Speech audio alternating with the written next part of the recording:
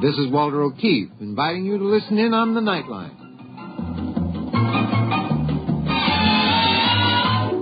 Tonight, live the incredible life of ages yet to come, in a time that might be 1,000,000 years from now, on X-1.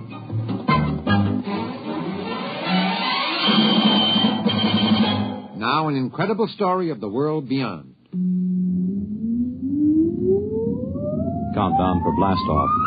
X-5, 4, 3, 2, X-1, fire.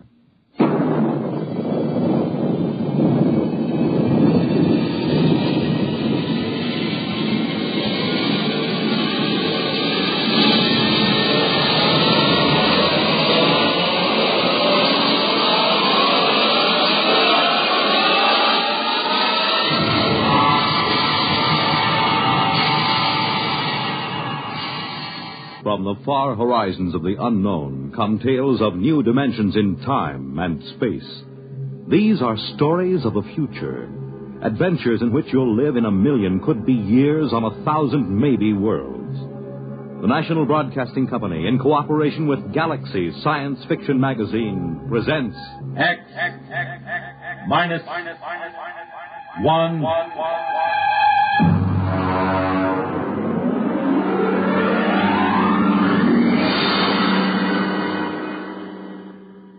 Tonight, The Haunted Corpse by Frederik Pohl. But first, hear this. Whenever you want things to be just right, be it here or there or day or night, you make it Pabst, 'cause Pabst makes it perfect. Yes, Pabst makes it perfect. Just as we always have ever since 1844. So next time, you make it Pabst, because Pabst makes it perfect. America's Blue Ribbon beer from the Pabst Brewing Company, Milwaukee, Wisconsin. Yes, Pabst makes it perfect.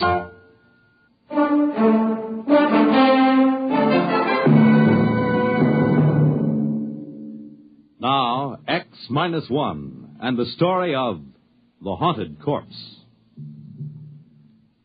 We moved in at 0800. That's pretty good time, considering that Van Pelt turned up at the Pentagon on Thursday, and it took until Monday morning to go in and see the general. By Tuesday, I had a task force of 135 men bivouacked around the old man's place. Corporal McCabe, my orderly, reported mission accomplished. Well, Colonel, there's a whole company dug in down the road right yonder, and wings is all set up right here like you done ordered. We got a copy of them recon cars from the cavalry roaming like a passel of June bugs quartering a handkerchief.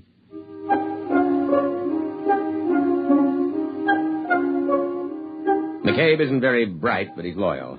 Well, about 9 in the morning, the old man woke up. I suppose the firing at the auxiliary pistol range I set up got him out of bed. Get out of here. Go on, you. Get those trucks off my lawn. Get out. Dr. Horn. Oh, what is this, the Boy Scout Jamboree? Are you the scoutmaster? Dr. Horn, I am Lieutenant Colonel Windermere, sir. My orders are to establish a security cordon about your laboratories. What? Here you are, sir, my copy of your orders. What the devil is this nonsense? You will see they are signed by General Follinsby himself. I know. That sniveling rat Van Pelt. He went to the army, is that it? That mountainous, ungrateful tub of rancid lard went crawling into Washington and ratted to some tin soldier. Sir, General Follinsby is not a tin soldier. Is that it? Did Dick Van Pelt come to you with some cock and bull story? The chicken-livered, worm-eaten, misbegotten offspring of Dr. Horn, the general asked me to give you his personal assurance that we will not interfere in your work here. But I'm sure you understand the importance of security. Now, you listen to me. The Horn effect is my personal property, not the government's or the Army's. What is this, creeping socialism? Sir, security. My orderly isn't cleared. Oh, that don't make no never mind, Colonel. I don't rightly grasp what he's saying nohow. McCabe, report to my tent. Oh, just when it's getting interesting. Now, Dr. Horn, I want you to know that I'm here to help you. If there's anything you want, just ask me. If you want to go into town, that can be arranged. Of course, you'd better give us 24-hour notice so we can clear the streets and check out all... Young man? Yes, sir. You may go to the devil.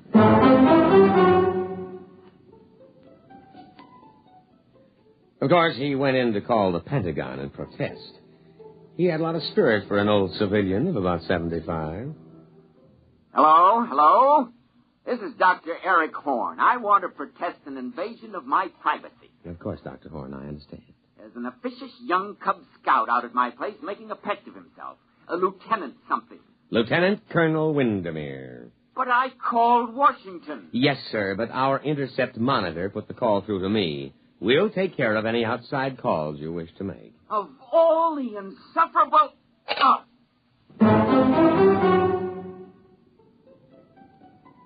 At about 0600 the next morning, I ran a surprise full-scale inspection and simulated infiltration. Hey, look there! You trigger-happy idiots! It's me, McCabe! And you simulated! You hear?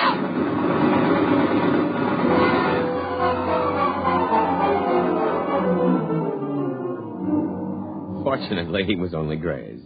The wire-stringing detail worked all night, and we had surrounded the old Victorian house with triple-strand electrified barbed wire with guard towers every 50 feet. At 1400, I paid a call on Dr. Horn. What are you doing here? Good afternoon, Dr. Horn. I came in for your report. My what? Your daily progress report. It's in my orders. Paragraph 8. Just carry on, sir. Corporal McCabe will take your words down. Oh, his clearance came through last night. You have a method for electronically killing a man without touching him. Killing, Lieutenant?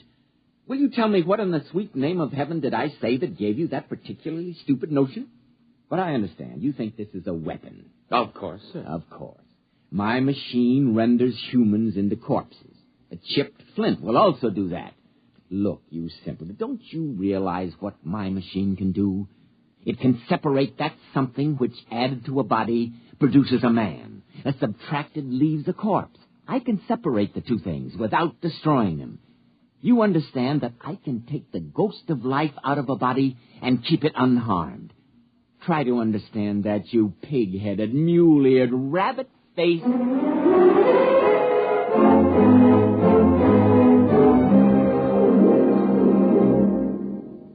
You're listening to The Haunted Corpse, tonight's attraction on X-1. You know, the property value of your home depends on the well-being of your community and your neighborhood. On things like good lighting for your streets, accessible parks and playgrounds, and cleaning up slums. And what others are doing, you can do.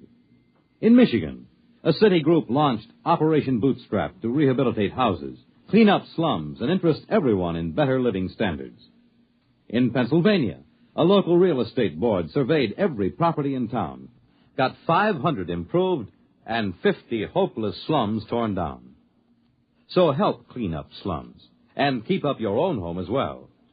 To help keep your community sound, get into Action. Action is a national organization designed to help you protect the well-being of your community. For free information on your particular problem, write to Action, Box 20, Radio City Station, New York 20, New York.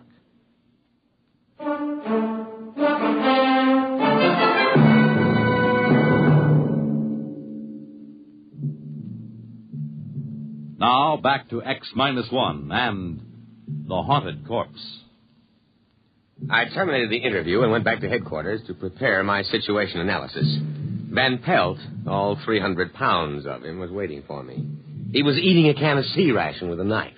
He's perfectly sane, Colonel, but he's dangerous. Very dangerous. You've got to protect me, absolutely. Van Pelt, I want the straight dope on Horn. Now, what is this ghost business? Oh, that. That's just his way of putting it. You see, care to join me in a can of beans? No, thank you. Well, there's a difference between a living man and a dead man, and that difference is what Dr. Horn whimsically calls a ghost. Call it life, plus intelligence, plus soul, if there is such a word in your lexicon, Colonel. You mean his machine conjures up ghosts? No, Colonel. Dr. Horn is an impossible old vulture, but he's not a faker. Horn can drain the essence of life from a body and store it, or if he wishes, he can replace them in another body. Would you mind handing me the can opener? This looks interesting. Macaroni and beef. Supper ration.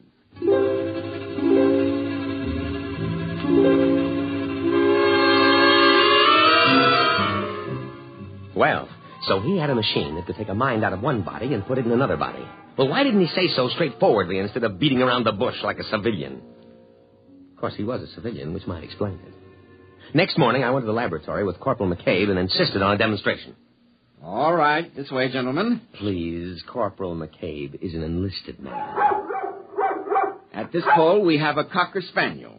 And over here, a Rhode Island Red. That's a right perky-looking chicken, Doc. If you will kindly stay clear of the terminal areas, I will activate the field. What's happening? The field is vibrating at the cycloid rate set on the crystals. All right, it's ready for discharge. Now.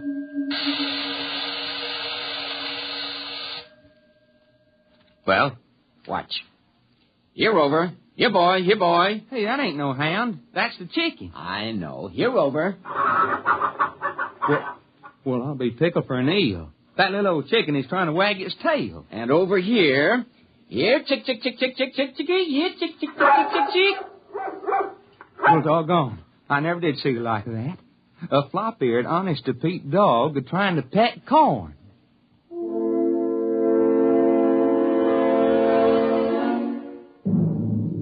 I had a private conference with the old man later. Under Section K of my security regulations, I moved on my own initiative. Well, Lieutenant? Lieutenant Colonel, there is a slight difference. Well? Now, can you do this with people? Indeed I can. But the silly laws covering these things, they won't let me. I've tried. Imagine a simple exchange. A man dying of terminal cancer and a feeble-minded youth. Put the sound mind into the sound body and let the decayed parts rot together. But will they let me? No, no. You've never tried the machine on people? No. But you're here, a military man, Very brave. All I need is a volunteer. That coward Van Pelt refused. That's why he sneaked off to you. But a brave soldier like you... Negative, sir. Negative. But, Lieutenant... Negative, sir. And besides, I am not a lieutenant. I'm a field-grade officer. I don't believe you appreciate the investment the service has made in my training. However, if you need volunteers, the Army has a way of obtaining volunteers, sir. We'll see what we can do.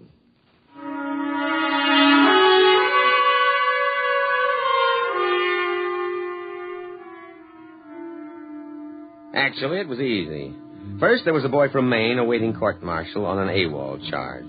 Second, he volunteered when I pointed out he could get up to a year at hard labor. And then McCabe. Oh, no, Colonel, sir. I ain't a volunteer in time. Well, McCabe, I have been asked to recommend a non-com for infantry assignment in the Aleutian Islands. Infantry? Yes. Advance Rifle Platoon Scout.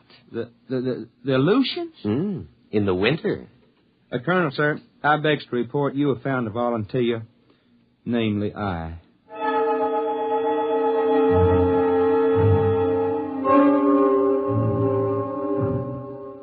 Dr. Horn had arranged the terminus of the machine poles to be tapped into metal helmets which were adjusted on the heads of the two men. This here reminds me of playing left tackle. Ready, Lieutenant? Ready. But, Colonel, sir, maybe I better not try this. Well, I mean, I cancel my GI insurance. The Aleutians? Yes, sir, Colonel, sir. Well, goodbye.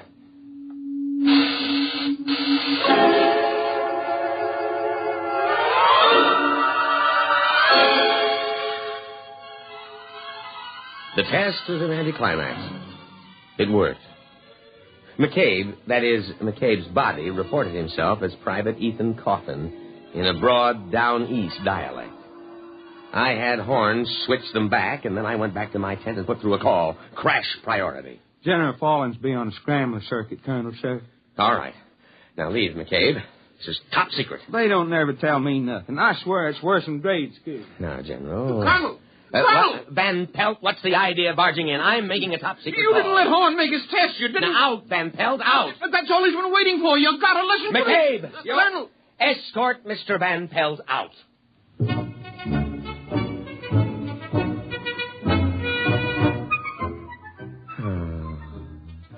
I was floating on a cloud of pure joy. I could see my eagles within my grasp. Maybe even a full star. I told the general my plan. Are you still there, sir? Oh, well, you see, we use the device for intelligence. Suppose someone way up top in their government should visit the United States. We switch him. Put our own man in his body, you see? Or in wartime, take a few prisoners and put our men inside their bodies. Yes, sir. Yes, sir. I can be available for a staff meeting at 0900. Yes, sir. General Windermere. Lieutenant General Windermere. Oh, why not? General of the Armies. Colonel, sir. Oh. What is it, McCabe? That Mr. Van Pelt. Listen, McCabe, next time I'm on the top-secret scrambler to the Pentagon, don't you dare let anybody into the command tent. No, sir, Colonel, sir. But this here Van Pelt... I don't want to hear about him. Now let him cool his heels a while. Well, he ain't. That is, he left. Good. But he carried on something frightful. He kept saying Mr. Horn wanted to live forever. What? Screw, he ain't it. That's what he said. He said all Horn was waiting on was to make a test on human beings. He said that he's going to grab the first man he runs into and steal his body. I think he is drunk or something. McCabe, call a Condition Red alert. Well, what for? Don't argue. Oh, never mind. You go up to the laboratory and take Dr. Horn into custody. I'll give the alert. Now move.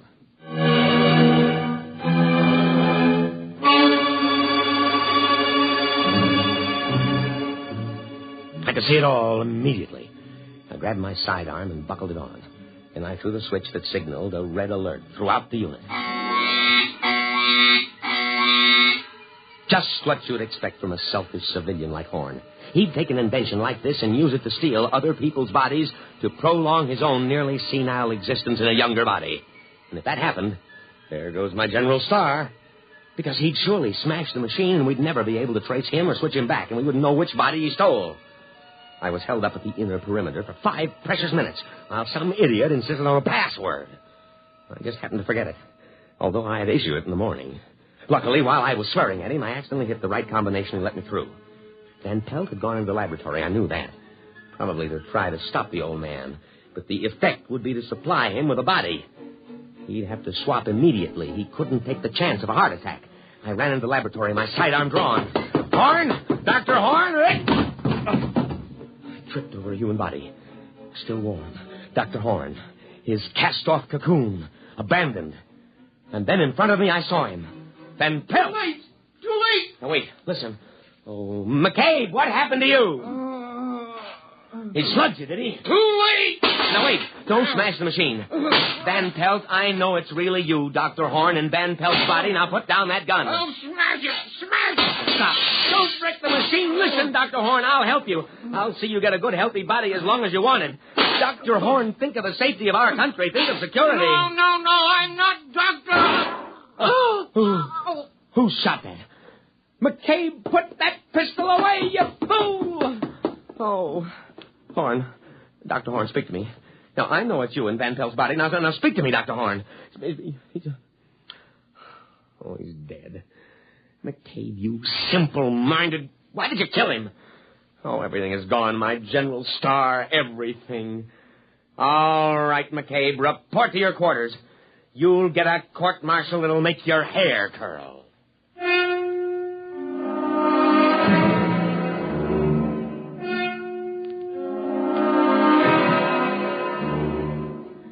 I sat there in the wrecked laboratory, and I almost cried. Everything gone, the machine, the brilliant mind that knew its secret.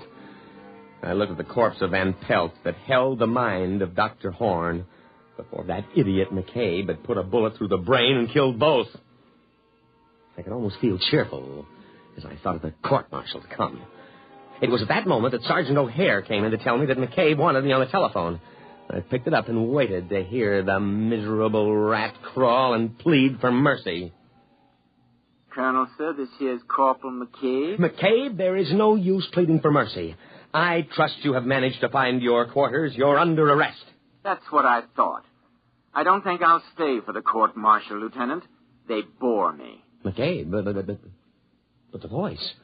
Dr. Horn. Precisely, Lieutenant, precisely. Goodbye now. If a body meet a body coming through the... Goodbye, Lieutenant. Thanks for the body.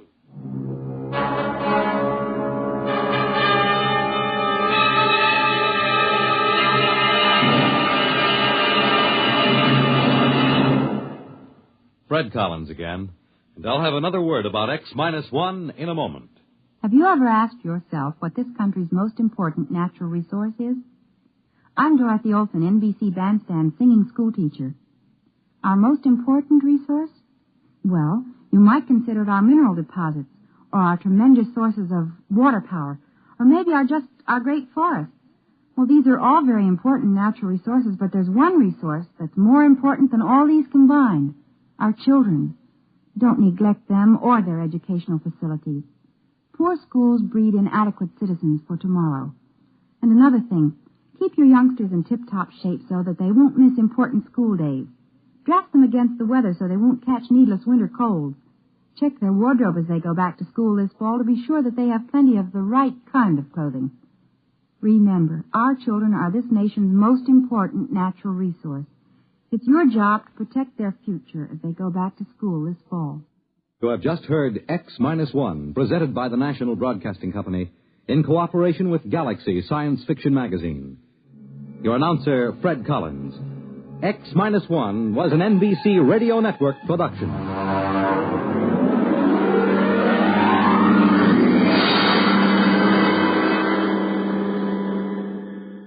There's excitement in the air at night, and Nightline brings it to you. Hear Nightline with Walter O'Keefe, next on most of these NBC stations.